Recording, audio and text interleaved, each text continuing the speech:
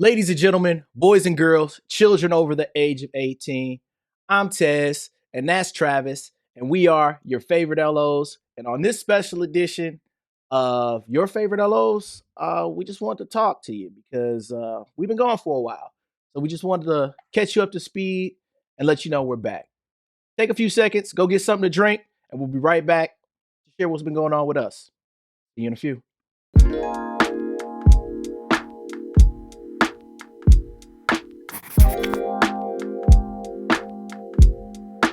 All right, folks, welcome back. And as we said in the intro, we just wanted to have a quick conversation with you, let you know that we're back. We're sorry we've been out. Just a lot of stuff going on. Last probably say month and a half, Travis. You probably say. Yeah. Yep. And we just wanted to let you know we didn't leave. By all means, we know this is some information that you all need. So I'll punt it over to you, Trav. What's been going on? Like, let's let the folks know like what we've been going through lately. Oh man, what haven't we been going through lately? Um, so on a personal level, the Your Favorite LOs team is growing by one member sometime in the hopefully next like 10 to 12 weeks. Okay, so very excited to welcome my second son into this world. His name is going to be Griffey T.U. James Faulkner. So GTJ for short. Very excited about that. Unfortunately, as I'm sure most of our, everybody that we're talking to today is going to know someone that's been through something, during a pregnancy, whether it's their own personal, somebody that they know, or maybe their spouses. We've been fighting. We've been fighting to keep him in the oven for a little while. So it has been a crazy month and a half, to say the least. And one of the things that I missed most about this last, like, let's call it 6 to 8 weeks, was just kind of being here, chopping it up with you, Tez. Providing information for our friends out there in this world. And we were basically, I was keeping Tez so busy, covering my ass, right? So that's one of the things that we've been going through, man. And the great news is that it hasn't negatively impacted our business. It's tough to be almost completely out of touch for weeks at a time. And that's why I'm very grateful to have a fantastic teammate in Tez and a fantastic team and affordable mortgage partners to kind of keep things rolling for us. Because I would assume that 99.9% of our business hasn't changed. Being gone for days at a time, being in hospitals where you can't communicate with people, and still seeing loans get clear to close in 3, 4, 5, 6, 7 days, is a fantastic feeling. So I'm gonna take 99% of the blame for our absence. Yeah, man, I just figured we might as well sit down and kind of talk a little bit about what's going on in the market, man, because it really doesn't stop, does it? I'm sure that we've probably got some folks that are watching that are shopping for houses, that were shopping for houses when we were talking to them. They're still shopping for houses. Tez, like, tell us what's going on in like the actual real estate market, especially down there where you're at in Charlotte. Like, what's going on, man? Well, I wouldn't say necessarily would be buyers. It's just that people are getting priced out and then getting discouraged. So, and when we look at like what I mean by priced out, ladies and gentlemen, it's not they're getting priced out of the market per se as far as affordability. Well, as far as the dollar amount of the house, they're getting priced out because of like the interest rates are so high that the mortgage just doesn't make sense for them. It's that they're going, they see that renting might be a better option for them right now in that regards. Like that's the struggle that I'm having is like convincing them that hey, you can like in a video that we're probably going to drop on tomorrow, ladies and gentlemen, we talk about refinancing. Like refinancing in this market is going to happen. What goes up? These rates, ladies and gentlemen, they go up, and for as long as we've been doing it, they come down. So, not being scared to just go ahead and get something like ultimately at the end of the day, if you like the house, I always tell people it's easier to get on the merry-go-round than it is you just stand there and wait. But that's kind of what's going on right now down here. It's just that, and then obviously kids are back to school, so the demand is still there. It's just the supply is down, right? So, that's kind of what we're running into down here in North Carolina. I mean, what's going on back up in Michigan? How's it looking up there? Same. Same. I mean, and then like, we get a lot of business in other states for some of our, whether it's myself, Tez, or other loan officers in the company, right? And part of the purpose of deciding that we were just going to have like this fireside chat is like, we just want to real talk you guys, rates are up, right? I personally just don't feel like this can sustain 24, 36 months into the future right here. But man, let's just throw this out there, man. The days of the twos on the 30% or on a 30-year fix is over. So when we talk about rates, and we expect them to level out and adjust and drop from where they're at right now, we're not talking, we're not talking getting back into the threes, right? I think the faster that we as a loan officer society stop with the BS and just real talk our clients and let them know the better off we're going to be. And man, like competition right now is absolutely crazy. And what you're seeing is man, let's talk about new builds, right? New builds are picking up again. They've tapered a little bit here and there. But one of the things that we see on the lending side is like the builder's lender, right? Let's just be real. The builders have a way to do things, and bless them because they can.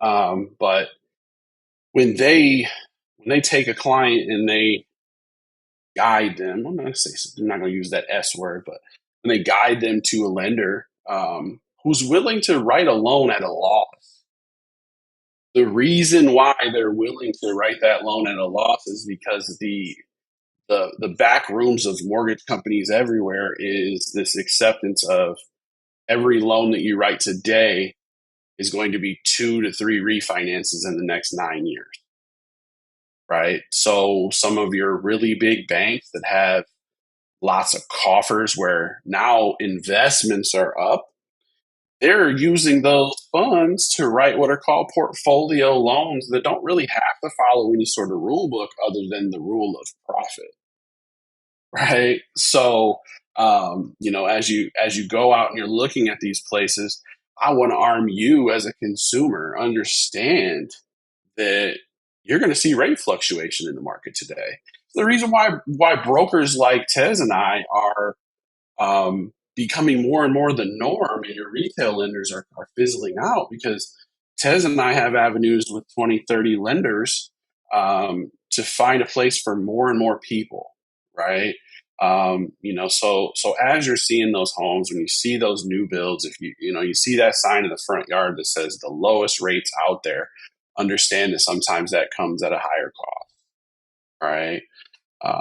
Yeah, I mean, the Michigan new build market is probably not even as crazy as the North Carolina new build And market. it's So, funny that you brought that up, man, because like lately, what I've been seeing, especially with the new builds, like now,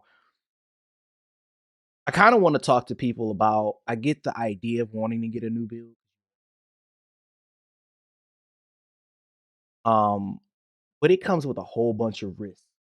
So, like, I currently have a client that I'm actually trying to save her loan because of the fact that builder's lender didn't properly qualify.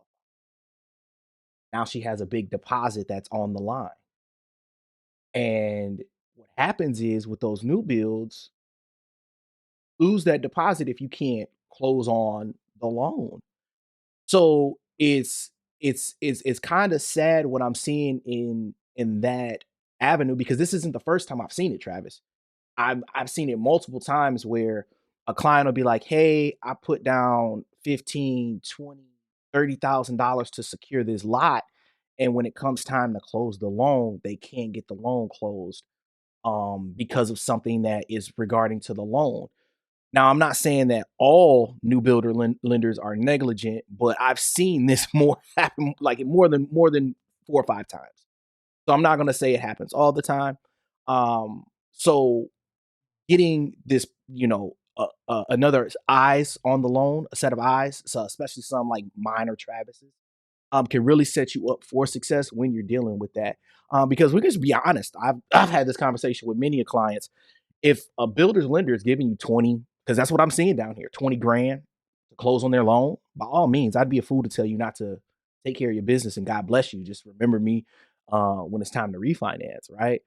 But knowing that you're in the right position to make sure that loan closes, especially when you put that hefty of a deposit down that you're at risk of losing, is something that's disheartening to folks. And it's really sad, because I take this seriously, Travis. Like, I told you, like, the reason I became a loan officer was because my grandparents were putting the predatory loans during the '08, crash and stuff like that, right? So knowing what you're getting into with these new builds is key. And then making sure, ladies and gentlemen, if you get a new build, read the contract yourself. Ask questions, because there's so many times where I'll have a client say, well, oh, I'm getting X amount of dollars from the builder. Well, that X amount of dollars can only go to certain places. And if you don't get all of that money, you lose whatever's left over. So know that you're actually getting every dollar that quote unquote the lender is going to give you with new builds. And you're doing everything to obtain all of that money that they quote unquote promised you. Right.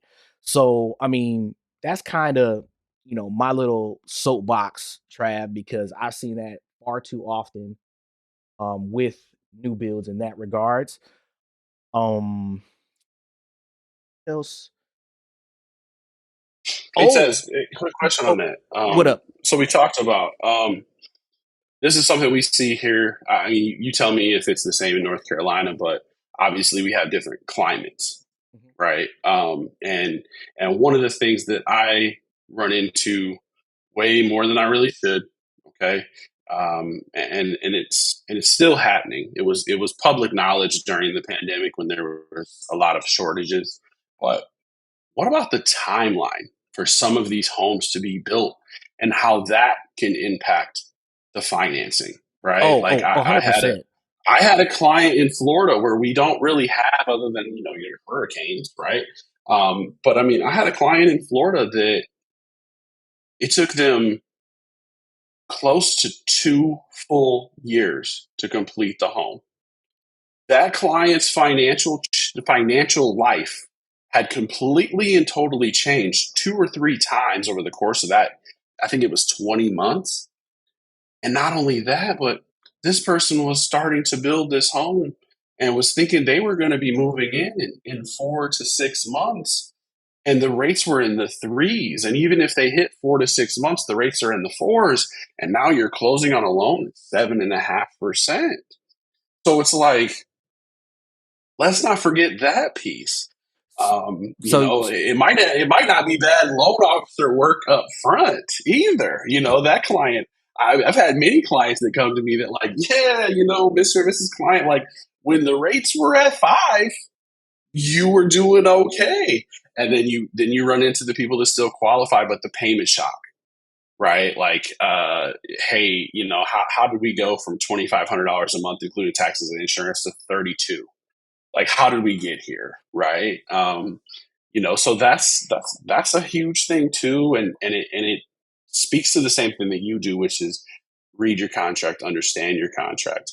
And if you are in a position where you have a new build and they start shooting off these addendums 4 or 5, 6 months after your original, do not just sign them, right? Because I've seen people that do not do their due diligence at the 7 month period. They don't check back in with that loan officer at the 7 month period because the builder just sent me a letter that says we're going to extend out for an additional 3 to 4 months. Well, Mr. Lender, what are the rates like right now? What would my payment be right now? What are the things that I need to do? I've had clients that have had to get new cars over the course of the year that the house was being built. So the timing aspect of a new build, it can sometimes be very dangerous. And I think that's really my biggest issue with those, is that like who's going to protect you during that build process? Well, and now that'll chime in on something with my past degrees in my so, ladies and gentlemen, before I got into mortgages, I was in construction, right? So I built 300 homes in Florida. So when you're getting a new build, one of the biggest questions you want to ask, not and they might not be the loan officer, it might be like the builder it themselves, is what are your lead times on things for the house? Like if you go into a design center, you ask the person, "Hey, if I upgrade from quartz to marble, how long is it going to take for the marble to get in?"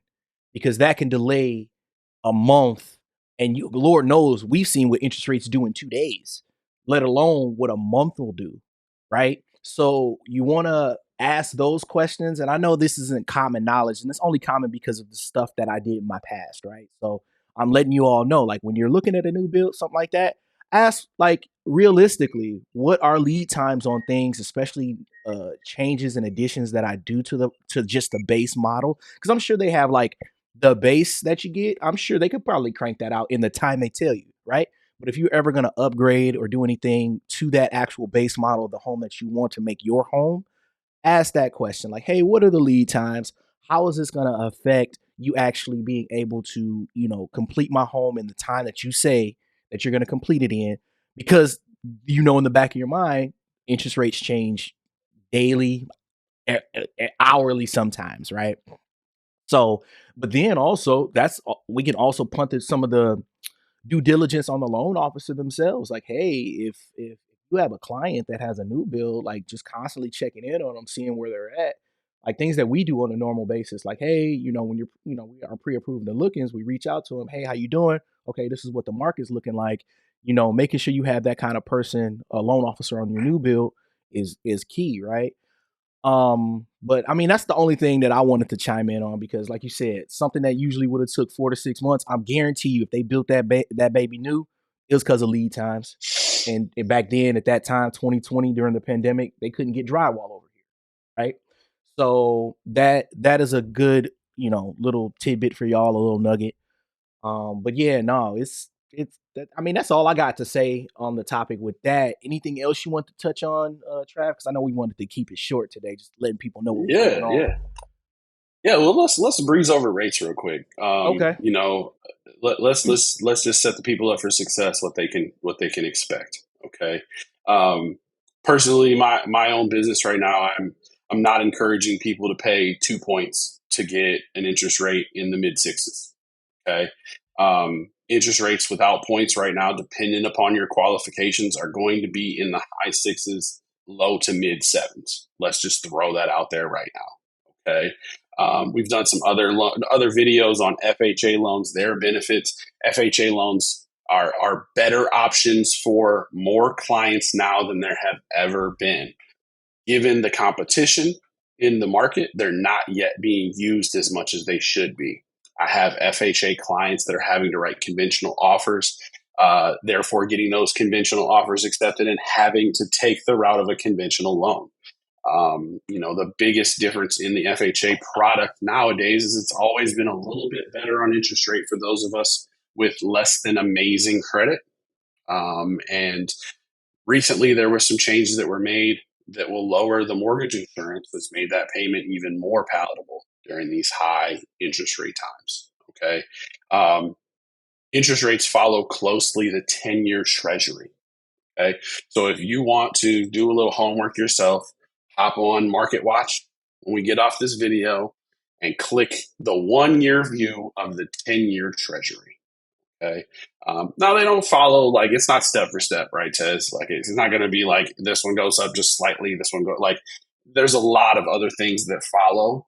Obviously, inflation will handle, a big piece of the pie when it comes to how it might influence the interest rates. Okay.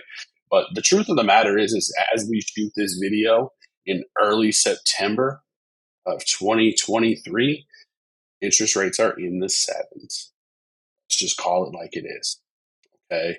Um, Understand that because I still have people that call me that are like, hey, I had a gentleman that called me the other day. It was like, Travis, hey, I saw your YouTube channel, and I'm getting a loan in the Ann Arbor market, and I think I'm getting ripped off. This lender has me at 7.25, and I have a 780 credit score. That lender was not ripping that person off. Now, we were able to do better, which is fantastic because every dollar helps in this market. But that lender was not being predatory. That lender was not doing the wrong things. That lender had a couple more fees baked in that we don't charge. That's the only reason why I was able to beat that. Okay. So, like, if you take nothing from this conversation on rates, it's let's be realistic with each other. And loan officers, I'm talking to you too, right?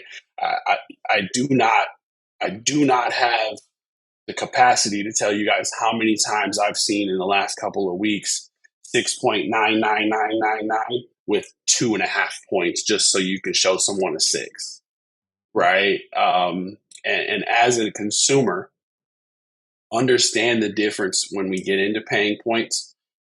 Work with your loan officer to find out where your break even is, right? And by that I mean how much in extra fees points am I paying to get an interest rate? If I did not pay those extra fees points to get this interest rate, what would my interest rate be? What is that monthly payment? Compare those monthly payment differences with your cash to close differences. And unless it's truly an issue of I do not qualify on debt to income unless I buy this interest rate down, and that's a whole other conversation to have. Unless it's that case, do not pay thousands and thousands of dollars in points. Tez and I will price up loans with points all day long. It's part of what we do. We make sure that those points make sense in the individual situations. Like Tez, you can look at a pricing sheet and you can see that some days to go from a 7.5 to a 7.25 is a quarter of a point. And other days to go from a 7.5 to a 7.25 could be a full point. Mm-hmm. You hit on it in the builder discussion. These rates change sometimes by the minute. So understand that, and understand that you got friends here in Tez and Travis, right? Yeah. Especially in the states that we're licensed in. Shut And up. if Oh, yes, that part, right? So, in the states that we're licensed in, we'll be happy to look at your information and make sure that you're being taken care of. If you're in a state that we're not licensed in, we highly recommend that you find a broker in your area. And there are tons of resources out there. You could go to websites that may or may not have the words find a mortgage broker in them. That's a thing. Shout out compliance. This guy. This Yeah. I guy. mean, that's really where we're at. Today was all about real talk, and I really just missed this, and I'm so Okay. happy that we're back. I feel No, the only thing I'm gonna add, and I'm gonna wrap it up after that, ladies and gentlemen, the days of the question of what's your rate when you're talking to a loan officer, I just want to dead them. Like, don't call a loan officer and ask them what your rate is, because I'm literally going to ask you everything about your life after that. You've opened up the floodgates, because I need to know what your credit profile looks like. I need to know what your score is. I need to know how much you plan to put down on the home. Should you buy this home? How big is the home? It's such a loaded question that I wish would go away. Don't ask that question. Try to put together a mortgage plan with a qualified loan officer, so that way your goals are accomplished, because an interest rate may not accomplish your goals. Maybe something else, right? So that's all I want to add, Trav. I know we said we wanted to make it short, but we want to wrap it up here, ladies and gentlemen. Just give you Yeah. guys an update on what we've been going through. So as always, it's your boy Tez. That's Travis. And we're your favorite loan officers. Until next time, folks. See ya.